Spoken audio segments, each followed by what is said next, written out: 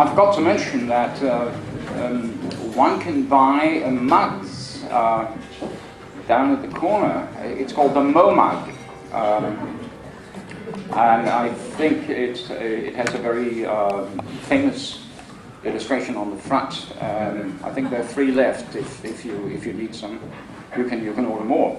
By the way. As the final event of today from the United Kingdom, we are happy to welcome Douglas Murray.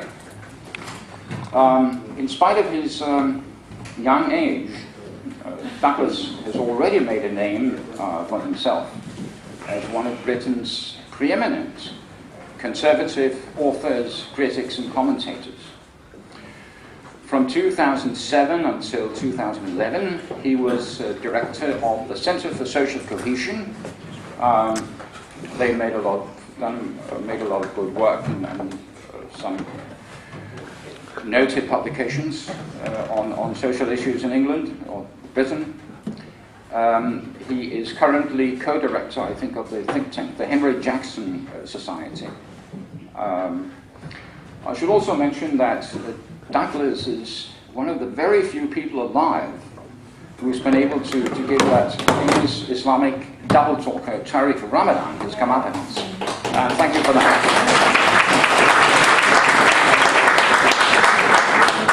So without further ado, Douglas.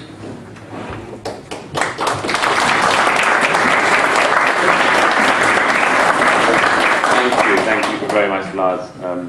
It's a great pleasure to be back. I was just mentioning to somebody actually that Doug and I debated each other so often now that I never know which debate anyone's talking about when they mention our various encounters. But the last time we met in London just a few months ago for a debate on these matters, and I said at the opening, the chair said to me just before we went on, "Are you not worried, Douglas? You and Tariq have spent so much time together now. You might be in danger of becoming friends." No, not at all. But it's a great pleasure to be back in Denmark. It's a great pleasure to be back in Copenhagen and with the Free Press Society, who I follow closely from England. And so it's a great pleasure to be with you. I should also open with an apology. I'm not a lawyer. And sometimes in London it feels like I'm the only person who isn't a lawyer. But the point is that having heard Anne's fantastic presentation earlier, I'm going to talk slightly away from some of the legal issues, but try to come around to, I think, making some similar points.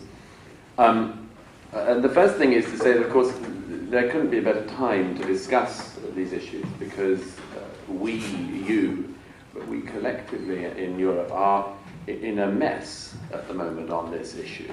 And I think it's a mess which matters, and the untangling of the mess matters, because it could still go any way. On the one hand, we've seen only in recent days the issue with the firebombing of Charlie Hebdo and the fallout from that. Once again, the now familiar routine, even Time magazine, I think, just a couple of days ago, ran a piece basically saying why Charlie Hebdo deserves to be burnt down, and if anyone wants to take a crack at Time magazine now, they've made themselves open for it, because clearly if you disagree with something in a magazine, it's now simply expected, as a matter of course, that you don't write a letter to the editor, as in the bad old days. You approach the office with a Molotov cocktail and have your say that way. And then on the other hand, of course, we also have, and should consider the fact that there has been a very significant debate now, which has also arisen from the massacre in Norway carried out by Breivik. These twin things are worth mulling on, because I think somewhere between them we can find the way that these pieces will eventually arrange themselves. Because the mess that I referred to couldn't be worse in some ways. I mean, you heard already from Lars, you know the case of what Lars went through here, and cases like the case of Wilders And to my mind, and I hope to yours, if I'm not prejudging you, it doesn't matter whether people declared guilty or declared innocent. The fact that they're in a court at all is an outrage from the start. That is the problem. I have no interest in in non-guilty verdicts or guilty verdicts. It doesn't matter. The idea that people are in court for their opinions, and worst of all, in court for explaining truths, is a madness of our time. Now, I hope I don't sound too Anglo-Saxon if I just remind the current audience of what I would say are pretty English roots of the argument for freedom of expression, or at least the two best texts. The first being, of course, Milton's Areopagitica, the great defense of a free printing press in particular, which still bears rereading, I think certainly by our legislators. And the second text I'd cite as well is John Stuart Mill on liberty, written 2 centuries after Milton, but making many of the same arguments. And I would say that these arguments boil down to two things in particular. Mill cites 4 issues, but I hone them down to 2. But basically the importance of having as wide a remit as possible in free speech comes down to the fact that, firstly, you may need to hear opinions you do not want to hear, because you yourself may be in error. And if you're not entirely in error, you may at least be partly in error. And you may need to be put back on a good course as well. And you may not be able to get back on a good course unless you can hear speech which some people may wish to deprive you of.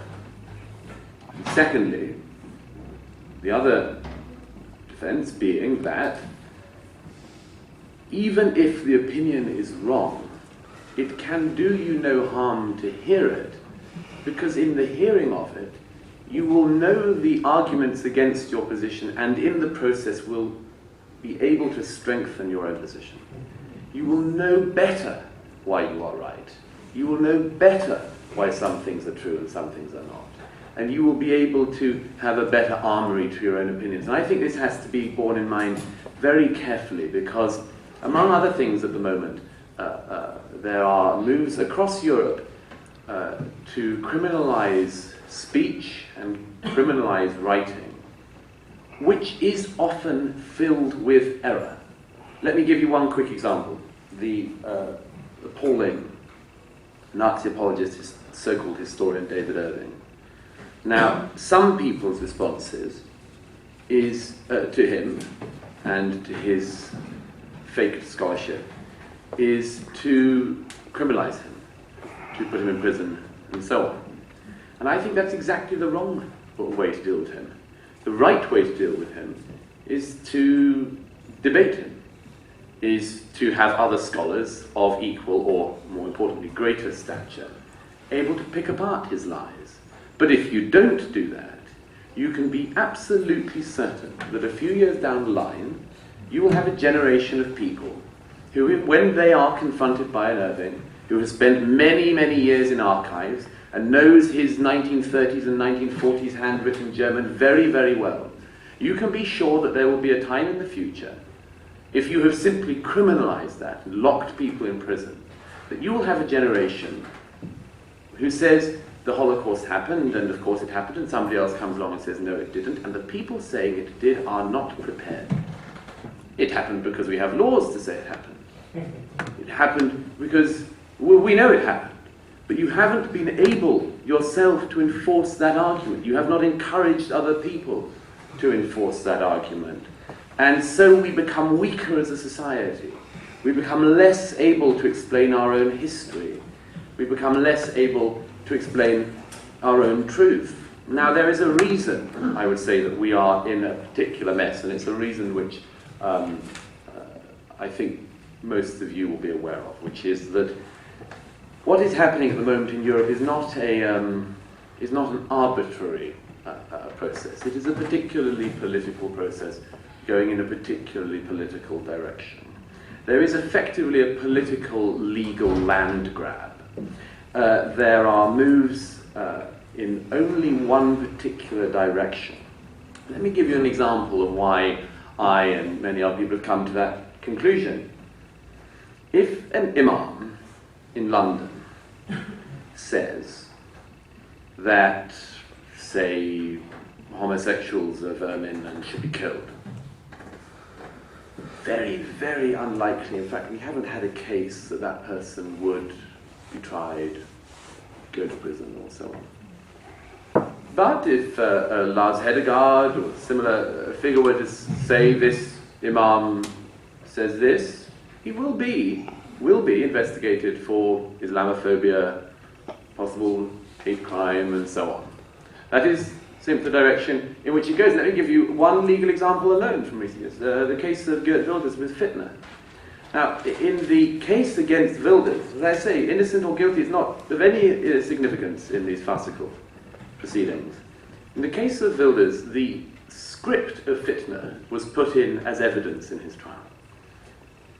The script, as you will know, almost entirely consists of the rantings and ravings of various extremist Islamist scholars, religious leaders.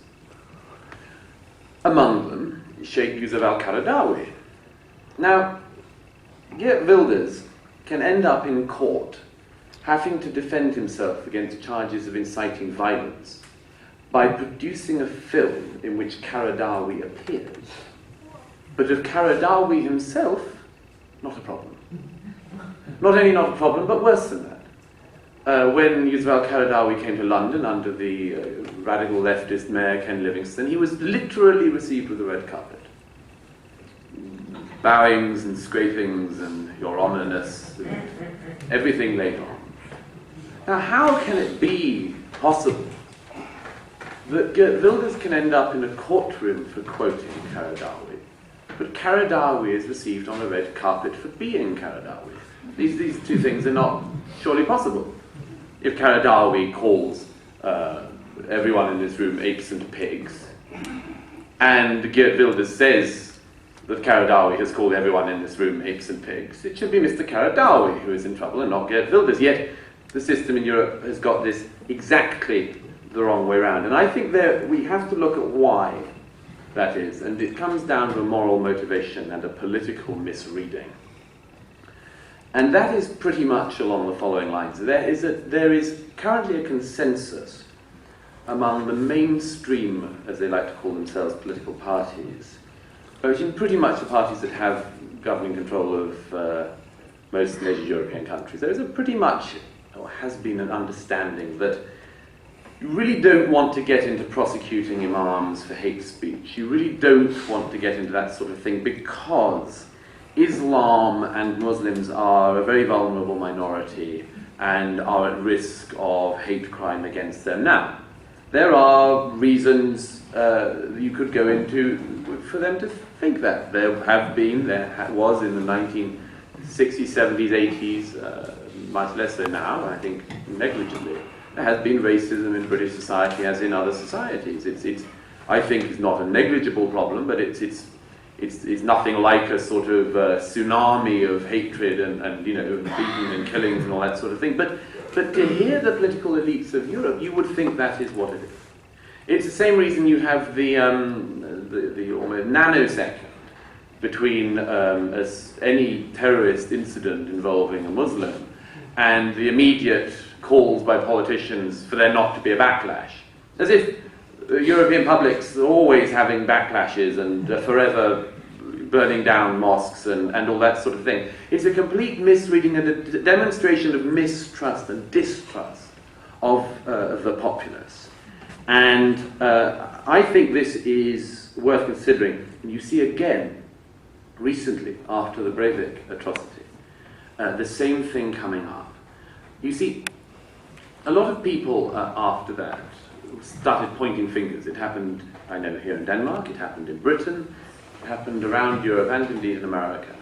And it pretty much went around the following route, which was that if, say, you were Bruce Bauer and you'd highlighted terrible things that had happened in Norway, including honor killings and human rights abuses carried out by Muslims on Muslims, that basically you had laid the path for Breivik to do what he did.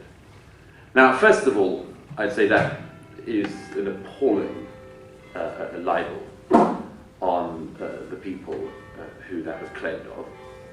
But secondly, it shows so clearly, as I say, the political motivation of people involving themselves in this. Because how can it be if an imam in Norway says kill people, he is not responsible? And even if somebody were killed, you go, oh, it's a misreading. You misheard something. Yet if somebody who has not only never called for anyone to be killed, but has actively said quite the opposite, can themselves be blamed, as it were, for laying the groundwork? How can this be other than to attribute to this a deliberate political motive? If a non-Muslim explaining an Islamic human rights abuse is laying the groundwork for murder, but an Islamist himself calling for murder is not, something is wrong. Something is very, very badly wrong. And that is the situation we have ended up in. As Lionel Shriver, the novelist, fellow columnist of mine at a magazine in Britain called Standpoint, wrote after the Breivik thing, the interesting thing about, the thing that makes mass murderers different from everybody else is the fact that they mass murder. It isn't what they believe while they're mass murdering. Breivik could believe that he was following somebody I quoted earlier, John Stuart Mill.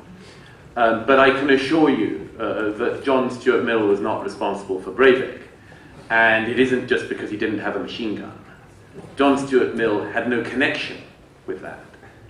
And nor did other people who were slandered by association with it. But as I say, you learn a very great deal about your society when such obvious political motivation is at play. Now, I said earlier we're in a mess about this, and I'll cite two examples of the mess that Europe and indeed America, I think, are in on these matters. The first one, I'd say, would be the case of the Quran burning. It was mentioned earlier. The interesting thing about this, by the way, is it's almost impossible to do this from a British perspective, because the pastor in question was called Terry Jones, who was also one of the Monty Python team. And I found it very, very hard to take this story seriously from the outset, I have to say, because the idea that a member of Monty Python was at risk of burning a book somewhere in America, but in any case, this ludicrous, ridiculous fringe pastor, who I think his congregation consisted only of his immediate family, and they wanted to leave. This pastor managed to hold the world's press in the palm of his hand for weeks. And then you have major political figures making statements, secretaries of state.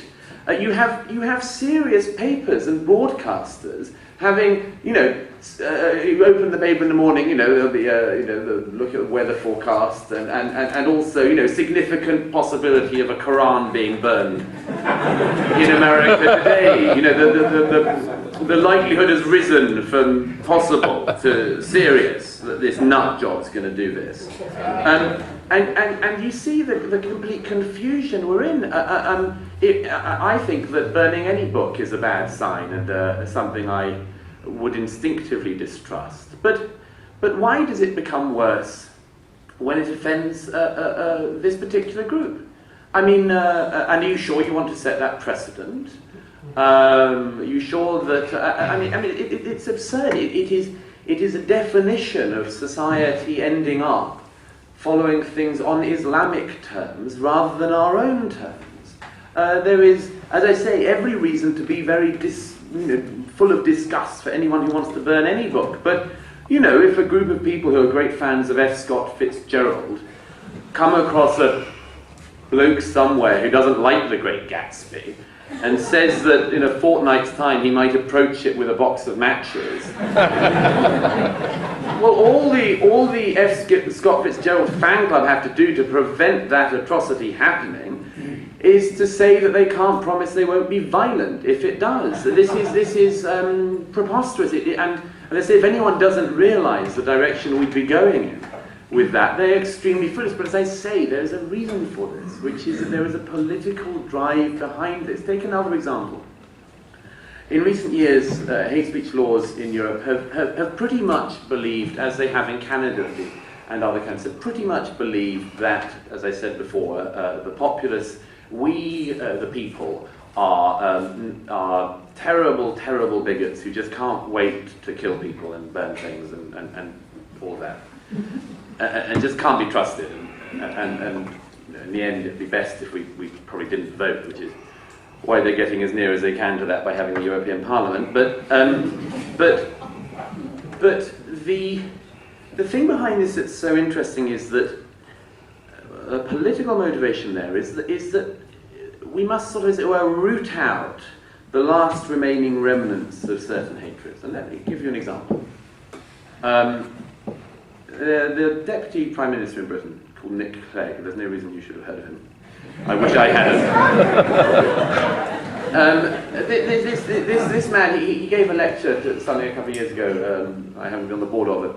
European Institute for the Study of Contemporary Anti-Semitism, and he gave a speech in which he bravely said that he was against anti-Semitism, and among other things, came out wholeheartedly to condemn Nazism.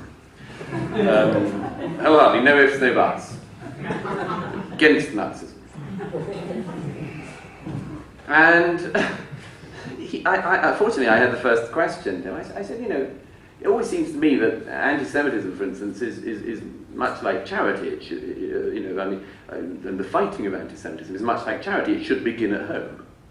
So how come you've got a radical backbencher in your House of Lords, who actually at the time was one of the Foreign Affairs spokespeople for the Liberal Democrats, who's on record repeatedly saying all sorts of Islamist apologist stuff, all sorts of terrible things about Jews controlling the media? How come all that sort of thing? How come you ignore all that? But you're tilting at this completely fictitious wimble of sort of modern-day Nazism, as if the British people are about to, there's a significant risk that next week they're all going to put on swastikas and start jackboots and, march down. Well, if it actually is your problem, if you actually do want to root out racism, if you actually do want to root out anti-Semitism, start with the person sitting in your party. But of course, this is the problem. They are fighting last century's war 70 years too late, and expect to be congratulated for their political bravery in doing so. It's absolutely. Let me give you another example. John Galliano. Extraordinary case. So John Galliano, an obviously wrecked individual, and a terrible alcoholic and drug addict and all that sort of thing. And one night in the gay district of Paris, he, out of his mind, starts saying disgusting things to a couple of strangers, which are anti-Semitic, which are horrible, all this sort of thing. You have all of these same worthies speaking up. I think we must condemn John Galliano. We must root out this sort of evil. As if the biggest threat that we face in Europe from extremism is a drunk gay fashion designer in Paris. It's just not the case. But you can see how easy it is for it. It's so easy. It's so easy. And all of the worthies, all of the groups, all of the NGOs came out. I was at a dinner for an organisation in London that claimed to fight this sort of thing a few nights later, and somebody said, and we should also congratulate, who's that Hollywood actress who was in Star Wars? We've got to congratulate this guy for now coming out and refusing to wear any more of his dresses. And everyone applauded, as if this was an extraordinary stand against the major bigotry of our time. I think it's not as easy as that. It's really not as easy as that. And the fact that politicians and the sort of rights establishment think it is shows you so much about this. This is cowardice. This is terrible, terrible cowardice. They are believing that they are huge heroes and will pass laws until the last hour to make sure that no alcoholic designers in Paris can ever say that again, but they will ignore and refuse to prosecute somebody in Britain today, an imam who calls for Jews to be killed. Not as metaphor, not as metaphor, as fact, as request, as order. This is the most obvious demonstration of the decline of our political class. Now, let me give you one other quick example before I come to the upside. I learned some years ago you should never leave an audience in complete depression. Got to give them something to hope for. I did a panel for the legal project in America a couple of years ago, and there was a very, very nice girl who asked a question at the end, and she said, after hearing you, Mr. Murray, she said, you know, I used to believe in the possibility that the UN could do some good, but now I don't believe that. And I used to believe that maybe the EU had some good. I don't believe that now either. And I thought maybe the UN Human Rights Council, maybe they could do some good. Now I don't believe that. What is there that you can give me to? And I said, you could try alcohol.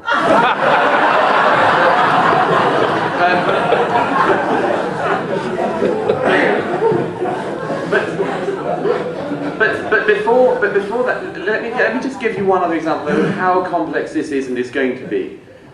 There's a very troubling group in Britain called Al-Mujahirun. They're a very, very radical Islamist group. They're forever making extremist statements. In Britain, we showed that they're connected to more terrorism cases of prosecutions in the UK than Al-Qaeda have been. They're a very, very radical, very extreme, very dangerous group.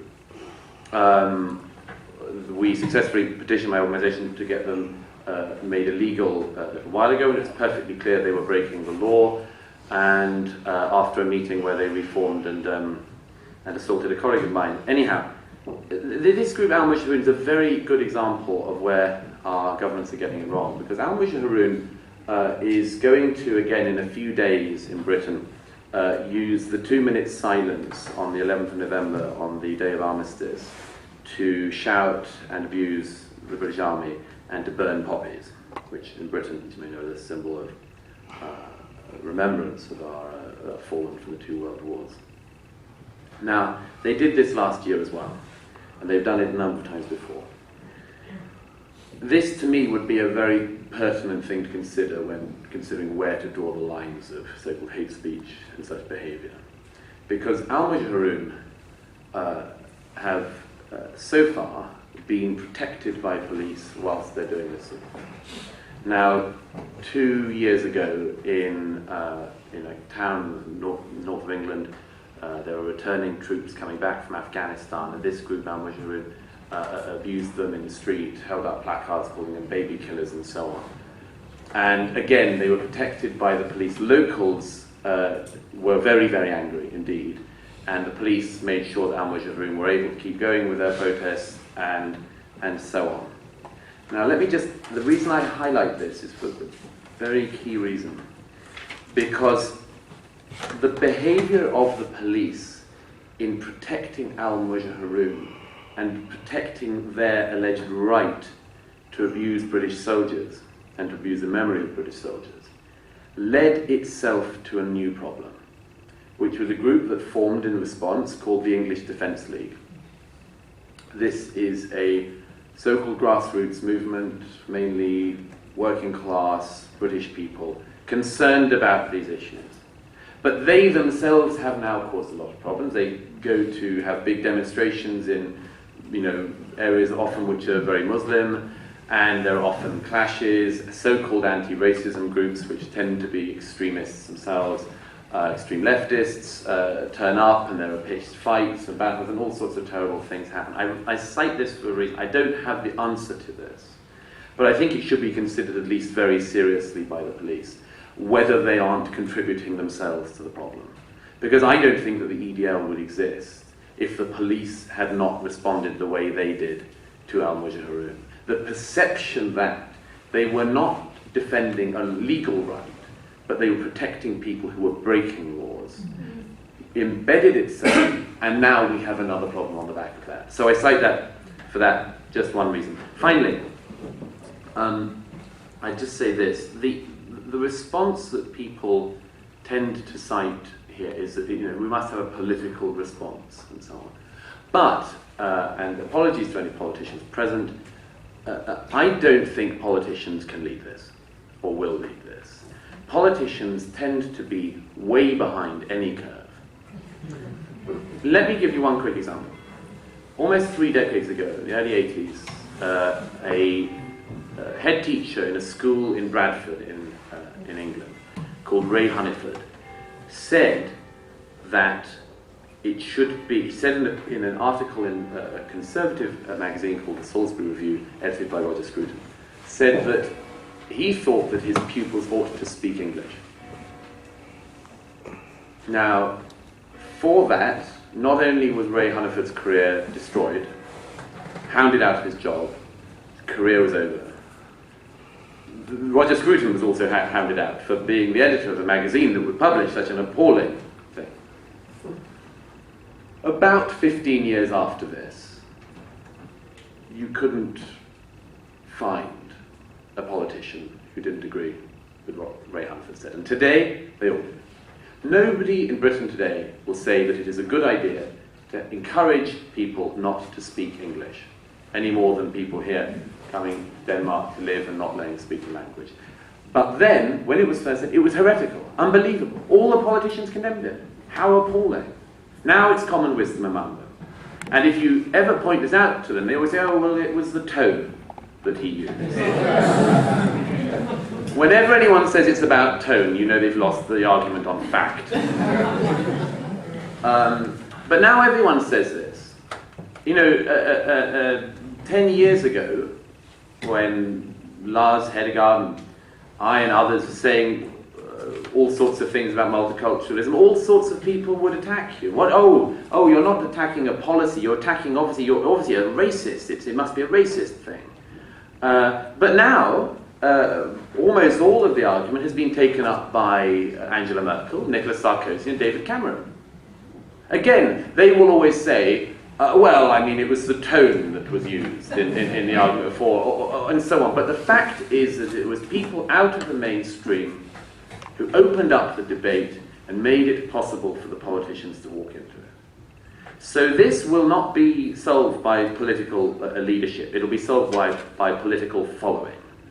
And I would just cite one thing finally for some discussion, which is that the line, I think, is going to have to be defended and fought very hard in all of these discussions, is the crucial divide between hatred of individuals and incitements to violence against individuals, and criticisms of beliefs. And this is, particularly post the Breivik atrocity, a particularly fine line and a particularly important line to keep defending. Because as we have seen in recent days with the Charlie Hebdo apologists, as we have seen since the Danish cartoons, as we have seen now in a whole range of incidents, much of the political leadership in Europe and much of the judiciary does not understand this crucial difference. It does not understand that there is a crucial difference between an imam calling and ordering people to kill individuals, to hate individuals. A crucial difference between that and me saying, for instance, that I think Mohammed made the whole thing up. And that if I say the latter, I am not saying something equivalent to the former. And I'm not inciting any violence, I am stating a fact. And if our societies become incapable of noticing that difference, we're going down a very, very dangerous path. You know, the most famous line, I think, in the freedom of speech discussion is always the quotation from Oliver Wendell Holmes on shouting fire in a crowded theatre and free speech stopping there. But of course, it's, as you all know, a misquotation. And that what Oliver Wendell Holmes said was that the free expression stopped where somebody knowingly and falsely shouted fire in a crowded theatre. But as I have said for many years, and Lars has heard me say many times before, if you are in a theatre and it is on fire, you will have to reserve the right to say so. So thank you very much.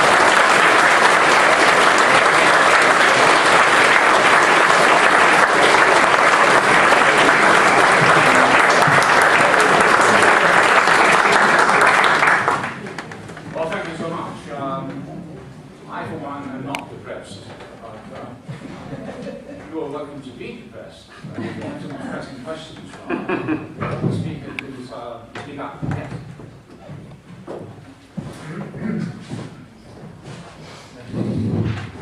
In 1987, we started the opposition against the Danish immigration policy. And we invited Ray Hunford to speak to our meetings. And he was a very cultivated and a very bright and noble man. And I'm very curious, what was his fate when he went back? We talked with him about, in my opinion, the very great English politician Enoch Powell, who had the same fate as far as I know. He was in 1968 excommunicated from Edward Heath and his shadow government. And as far as I know, he was destroyed. I ask you, what was the fate afterwards of Ray Hunford, and is the fate of Enoch Powell a sign that it is not possible to do what we have done in Denmark, to start an opposition against the immigration policy? Thank you.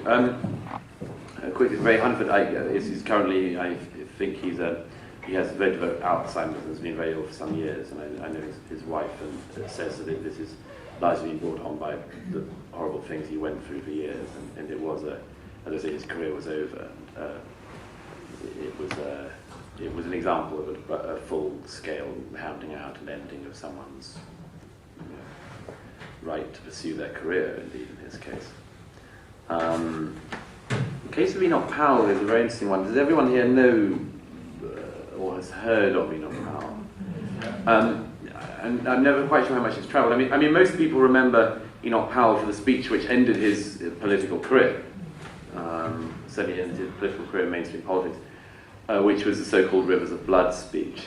I mean, actually, in that case, I said earlier that the tone thing is but I would say, I think that it's been said in recent years that Enoch Powell made it impossible to talk about immigration in Britain for several more decades. I think that's a cop-out by the political class that claims that. But there were undoubtedly elements of what he said that were totally wrong, and elements of what he said and the manner in which he said them that did make things far harder than they should have been. I mean, he said, for instance, in part of that same speech, there will come a day, he said, where the black man holds the whip over the white man. Now, I think that's a terrible thing to say, and I don't think it's come remotely true. And that undoubtedly damaged the whole argument being made on his side. It's the same way, by the way, let me give you another quick example. Recently, I mean, there's been a debate in Britain that I've been part of on the debate about gay marriage in Britain. And I was saying to somebody I was debating against on this recently, I said, what I'd be really keen on is whatever opposition you, and this particular person was opposed to gay marriage, so whatever you do in it, I hope you can kind of restrain those people on your side who will make your side look ridiculous when they start saying things like, well, in that case you can marry your dog, and things like that. Because you will let down your own argument when, and even things I disagree with, I want the argument to be made at its strongest and its best.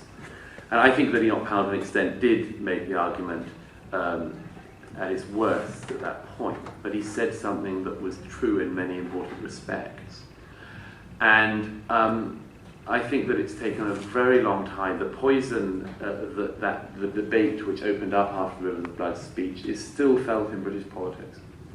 There are, about once every couple of years, there is a political career, usually at a nascent stage in a councillor's position or something, ended because they say somewhere Enoch Powell was right.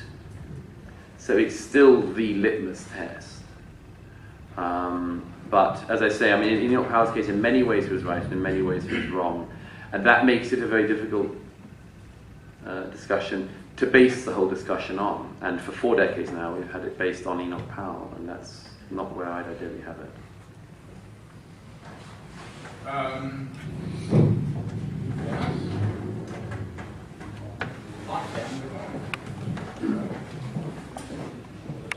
Lars Knudsen, How do you see your position with the media in your own country? Can you live with this situation, or is it frustrating? My own position? Yes.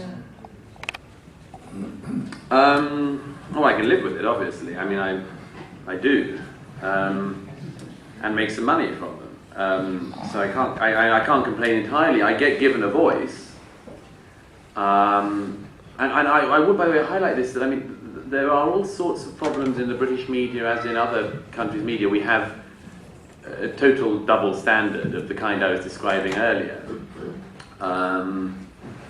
whereby, for instance, if you said, say, if you're a Conservative councillor who said that, you know, Powell said something that was quite true or something like that, yeah, then the press will make sure that all of that comes back.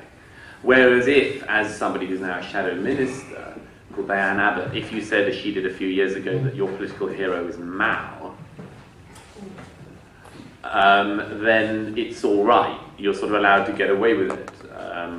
I did challenge her, I remember, on that. And said, well, what element of it, of the massacre of 60 to 70 million Chinese people, was it that you admired most? But she said that in the end you had to weigh these things up, and that he had led to significant leaps forward in techniques in Chinese agriculture. So there is obviously a very significant double standard in that regard, as in many others. But the crucial one I would cite is that the BBC, for instance, which is the root of a lot of problems in Britain, a lot of problems, undoubtedly, and is undoubtedly one-sided. And let me give you one very quick example. They ran a documentary last year on Geert Wilders. It's called "The Most Dangerous Man in Europe?" ? And when I complained repeatedly and vociferously to the chairman of the BBC, the person who wrote back was one of the commissioners, said in defence that a proof of Geert Wilders' extremism was the fact that he has to be protected by guards. It's what, you know, Churchill said somewhere once. He said, whatever happens, I will never be incapable of discerning the difference between the firefighter and the fire. But much of our media does make that difference. Much of our media mistakes the man standing outside a building with a hose for an arsonist. And that is a problem. I just add one thing, which is that the BBC has in its charter an obligation to put differing sides of an argument. And so I, for instance, do get a good hearing there, pretty good hearing. I tend to be lined up against 4 people who oppose me, but that's all right. The point is, it's bad, but it's not insufferable. Thank you. Katrine first. Oh, sorry. Ladies first. Thank you for your presentation. I have some question.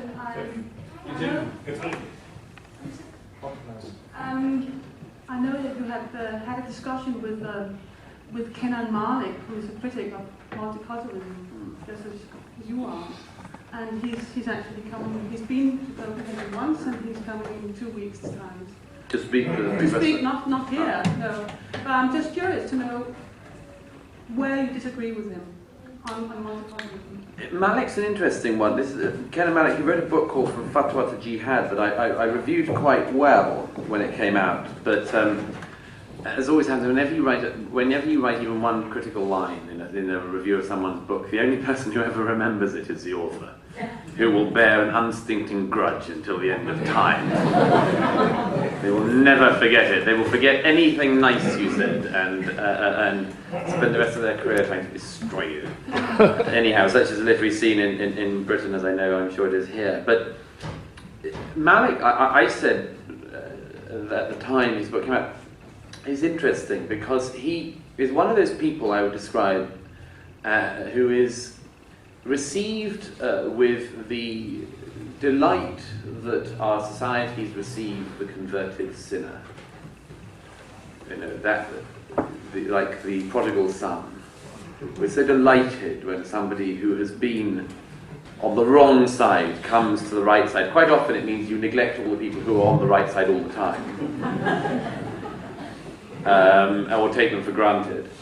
But Malik, to a great extent, has been welcomed as somebody who has seen the light on this. But is a type of a particularly interesting phenomenon who, whilst ending up being right, doesn't want to be seen to be on the right.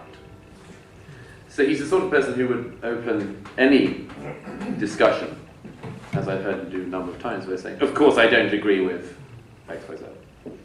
So, and he does this in his book, and in fact he gets it wrong as well. He claimed, for instance, that Mark Stein claimed that Muslims were breeding like mosquitoes, which, as I pointed out, he only needed to read Mark Stein's book to realize was wrong, and then I included the page reference for his interest.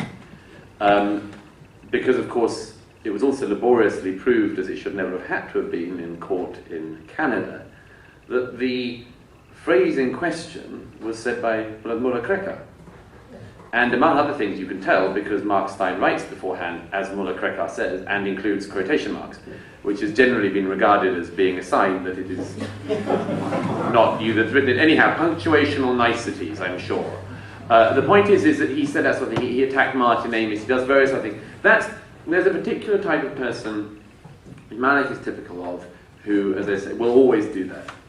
They will say, well, of course, I'm not like X. I mean, I may think there's a problem with Islamic fundamentalism, but I don't agree with Martin Amis, as if. So, I have a very difficult view with people like this, because I think on the one hand one should be grateful that they get the case, but not very grateful that they spend their time, having got it, attacking everyone else who already has. Or as somebody said to me, a left-wing journalist I know in Britain, I said a while ago, I said, you agree with everything I say and I write, and I know whenever we talk about this, you agree with me, but why do you end up, always having to position yourself in such a way that you say, but of course I don't agree with, Douglas Murray or whatever. And he said, you've got to realize it's political positioning. And I said, yeah, I know, it's political positioning against me, so apologies if I'm not hugely grateful. Anyhow, there is such a class of person, I'm sure there are some here, and by the way, all the people who do that, there'll be many, many more in the years ahead. Many of the people in your politics here who are currently saying all sorts of outrageous things about people who've been saying things that have been true for many years.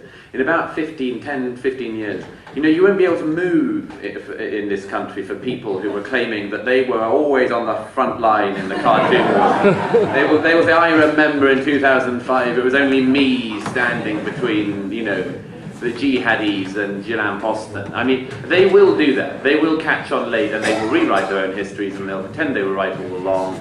And anyone who actually was right, I don't know, will be forgotten about. They'll trample over. Does remind me of the very many freedom fighters that came out of the woodwork on the 5th of May, 1945. Many more than the physical struggle against Nazis and most of France, if I remember. Yes, it's one of the 3 million performances, etc. But do we have any serious questions left? Yes. And you do, yes. Ole Gerstrom, you speak about politicians. Like here in this country, we have a worthy gentleman, Her Majesty's Minister of Foreign Affairs, Mr. Willy Søvndal. He stated yesterday regarding the burning out of the Charlie Hebdo magazine in Paris. He said this act was meaningless, a meaningless act. Here he can see the wrath and the power of Allah, who destroys this goddamn magazine, just on the spot, for criticizing Allah and his follower. And so here we have Mr. Søvndal, he sees no meaning in this.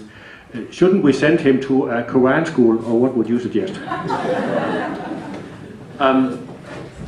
The most consistent idiocy of certainly the last 10 years has been that it has become mainstream to acquiesce in the following line, which comes from much of the Islamic work, which, to summarize, is say my religion is peaceful or I kill you.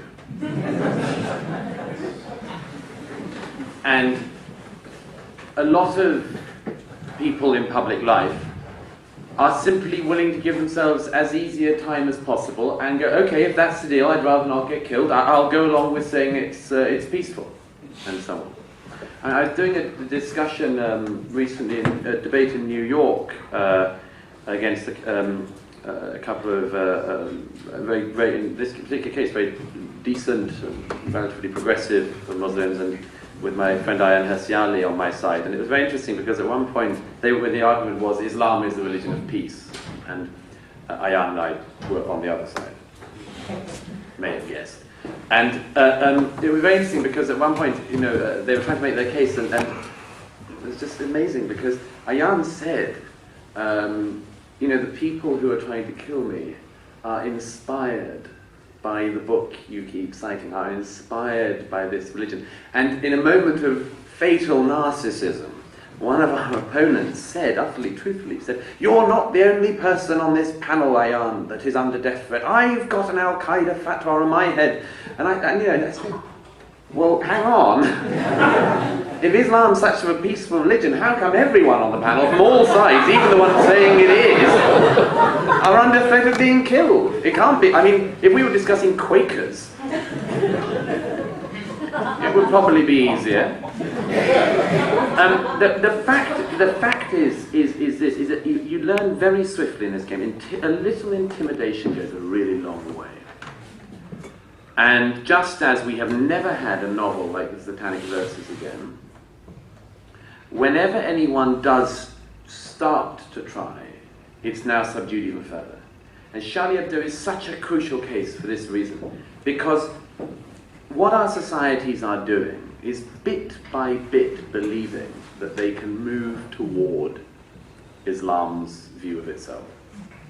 See, I've always taken the view that there is really no danger to our societies from repeated suicide bombings. You do not have to explain to New Yorkers why people shouldn't fly planes into towers. You do not have to explain to Londoners why people shouldn't blow up the tubes and buses. They really don't like it already. That one's easy. But the far more difficult case is to say that when somebody does do that, and they are here, and they are making a constant, intransigent case, do not think you can move even an inch nearer them and still be yourself. But that's what's happened. It's such a tendency in our societies. In Britain, they always say the truth lies in the middle. Nonsense. Absolute nonsense. The truth between Sharia and our law is not in the middle. It's not in a bit of Sharia. If one person comes toward you saying in the middle of the Arabian Peninsula in the 7th century, an archangel landed and said all this stuff that was uncannily similar to the Old and New Testament, and this was the word of God, if that's their claim, which if they want to believe that's fine by me, but if they start to try to make me believe that, or to try to make my society, instead of saying, well, if that's your belief, very well, but that's not our belief, we don't reckon it happened like that, and we reckon Muhammad made the whole thing up, and so on, then there is no middle ground between those two positions. We can't, as it were, compromise that some of it was dictated by an archangel. Every other Tuesday. You can't pretend that, as it were, I mean, the terrible, really pissy thing that politicians do is that one where they quote bits of the Quran when it's clear that they haven't read it, or clear that they just don't want to. And then they say things like, but the Quran says, there is no compulsion in religion. And you go, so what if it does? I mean, it could say all sorts of things, but are you going to concede that it's true because of that? They have got a version of Islam which they wish to be true, and they have fatally mistaken what has been hitherto quite a good thing that we've had in Europe, which is a difference between things you wish to be true and the things that are in front of you. And therein lies our problem. Thank you. One final question. Thank you very much for your excellent sense of humor. Thank you. I was in a debate recently, and I defended the British Defence League. And I did that on the basis of a program on Danish television where the leader or whatever, he talked about the organization, and I got a pretty good impression of him. But now I realize, on the basis of what you just said, that I shouldn't support the British Defence League. Is that correct? This is a very important question. I have had quite a tortured track record on this one for the following reason, which is that I've said for a long time that one of my great fears in Europe generally, but in my country in particular, would be that in the end, decent ordinary people, if the mainstream politicians didn't finally address these questions, decent ordinary people would find themselves stuck between Islamic fascists and other fascists, fighting it out between themselves. Now, I say that as a general point. However, on the question of the English Defence League, this is a very, very complex one. I'm not making a definitive point on this, although every time I say that about the English Defence League, some far leftist or Islamist organisation says that I'm saying something supportive of them. So, when they first started, I was doing an interview in East London, and they found out I was there, and they came and tried to speak to me. And I said at that time they were all sort of what I would describe as skin-headed types of a kind that the British National Party, that is a racist, fascist party. The British National Party, they looked of that type, and we didn't really know anything about the English Defence League at the time. But I said to them, I don't want to see you, go away. And I said it, I have to admit, in slightly stronger language. And they said, we're not the British National Party. And I said, well, look, I spend a lot of my life criticising politicians who say, but, Mr. Karadawi came in, he seemed nice and so on, and he promised he wasn't an Islamic fundamentalist, and I say, I could spend a lot of my time criticising politicians for being naive on that one, so I'm afraid if you just say to me, you're not, I just don't know, I don't know who you are, what you are. But as I wrote it somewhere at the time, one of them said to me, we understand, we'll leave you alone, we just want to say we're just British working class guys who hate the fact that we're losing our country. And if you're a member of, I don't like thinking of it, but myself, I'm pretty, I'm privileged in the position I'm in. I'm not a working class unemployed guy. I have a job, I have a voice in the media and so on. When somebody says that to you, I can tell you it's a pretty wrenching thing. And it is a question that a lot of us have asked. What do we expect people to do? Those of us who have a voice in the media and who make arguments and politicians and so on, what do we expect people to do on the ground? Now, when they had their first demonstrations, they said things like, they had posters saying things like, Sharia persecutes women, and Sharia is against homosexuals and so on. I said, if those are the things you're going on, then that's great with me. That would be, if you were ever to have a grassroots movement opposed to these things, that would be the sort of thing you would hope they would do it on. But it's an extremely complex phenomenon, because there have been investigations which have shown that they have extremists and BNP types in their ranks, but they have also shown they have tried to get such people out, and you have to give them the benefit of the doubt on some of that. They have tried, and it isn't easy, and it's a nascent grassroots starting off young movement, and they're learning some of the mistakes as they go along. And then on the other hand, there are also many people, there's a study that's coming out on Monday from the think tank Demos, showing that actually a majority of their supporters online and so on certainly aren't of a sort of nativist, type. They just hate what's happening. So I come back to this point really with them, that this is what happens when the mainstream loses. When the mainstream abandons its job. This is what happens. I mean, I hate to quote it in almost, it's a cliche, but this, as Yeats said, is what happens when the centre does not hold. The best lack all conviction, and the rest are filled with passionate intensity. That's the problem, and I think it it should be, to me, treated with nuance, treated with care. And I hate the people in the media who simply see a group of working class white guys and think, excellent, we can call them Nazis, when they would never go into a mosque and see a group of Muslims and say, you're all Islamists. I hate that. But it requires enormous care, and it's going to require enormous care in the years ahead. And as I say, if they don't get in charge, if they don't get on top of the extreme Islamists, if they don't get on top of that, the EDL, and far worse, will be the sort of thing we will see far more of in Europe. And it will be a Europe that I think very few of us would want to be in. If I may make just a final small observation before we go on to the very last, ultimate question. You were saying, and led into the accusation against the Free Press Society, that as their chairman they had a convicted criminal, namely me, which goes to show that this is an extremist organization of a racist view.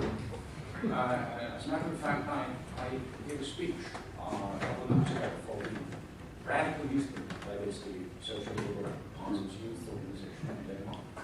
And somebody said, wouldn't it be better if you chose them as a chairman, one who's not tainted by racism? And so I said, well, you have a point. Why don't you join the organization and come and you can vote for some other people on the board? You see what I mean? I mean, if you start out condemning people for being extremists and then you use that against them. Yeah. Well, you have to have some pretty good grounds on which to do that. And the facts will continue to matter. And your guy was wrong on his facts. That's why he's wrong. Absolutely. Okay. Yeah, thanks a lot for doing such a beautiful job on counter-depression stuff today for us. It's wonderful. Once we had a boss from our Royal Theatre in our panel, and someone asked him, would you consider putting up Biedermann and the Arsonists at your theatre? And he said no, because he found it was a little outdated, it was not in sync with the presence, and no. And just a couple of months later, he put up My Fair Lady. So, apart from you, Mr. Bean, what is the situation among the artists and the actors and people like that in Great Britain today? I would just sum it up very briefly by saying that it is what it is everywhere, which is that everyone is scared and they don't want to admit they're scared, because they all want to pat themselves on the back as being radical people who challenge society with difficult issues. So, for instance, Sir David Hare, just received the first Harold Pinter Award for theatre, saying he spent his career rowing against the tide, challenging all the mainstream ideas. Bullshit. David Hare has spent his life writing mainstream left-wing agitprop theatre. His last play was about the way in which the bankers seem to have misled everyone on the economy.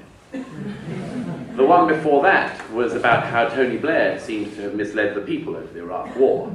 You see, again and again and again. And the point is, we have an elite of anti-elitists. We have an elite who pat themselves on the back for their grand counter-cultural abilities. And they don't realize they are the culture.